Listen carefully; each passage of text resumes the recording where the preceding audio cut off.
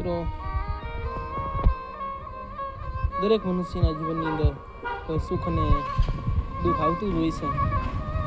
ત્યારે ગુજરાતી સાહિત્ય છે એમ કહેવાય છે ને કે પુસ્તક બોલે છે. ગુજરાતી સાહિત્ય છે એ બોલતું હોય છે. ત્યારે એક સરસ મજાનું કાવ્ય મારા હાથ લાગ્યું છે, બોલીએ ના કાંઈ.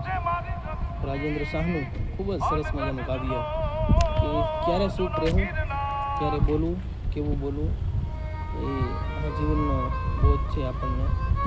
આ કાવ્ય છે આપે છે.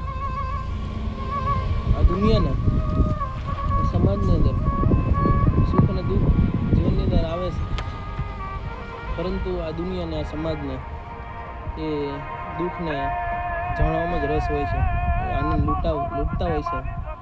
પરંતુ આ સંઘર્ષના જીવનની અંદર આપણે એકલા જ ચાલવાનું છે અને કોઈની પાસે આપણું હૈયું ખોલવાનો કોઈ અર્થ નથી. મિત્રો, આપણી અંદર ગમે તેટલો અગ્નિ ઝળહળતો હોય, પરંતુ એ આપણે એકલા સહન કરવાનો હોય, એમાં કોઈ તમારું ભાગીદાર નથી. એટલે સંઘર્ષરૂપી જીવનની અંદર તમારું હૃદય ખોલીએ ના ક્યાંય, બોલીએ ના કાંઈ. હંમેશા ચૂપ રહેજો મિત્રો, અને સંઘર્ષની દુનિયાની અંદર હંમેશા સંઘર્ષ કરી અને ચાલતા રહેજો.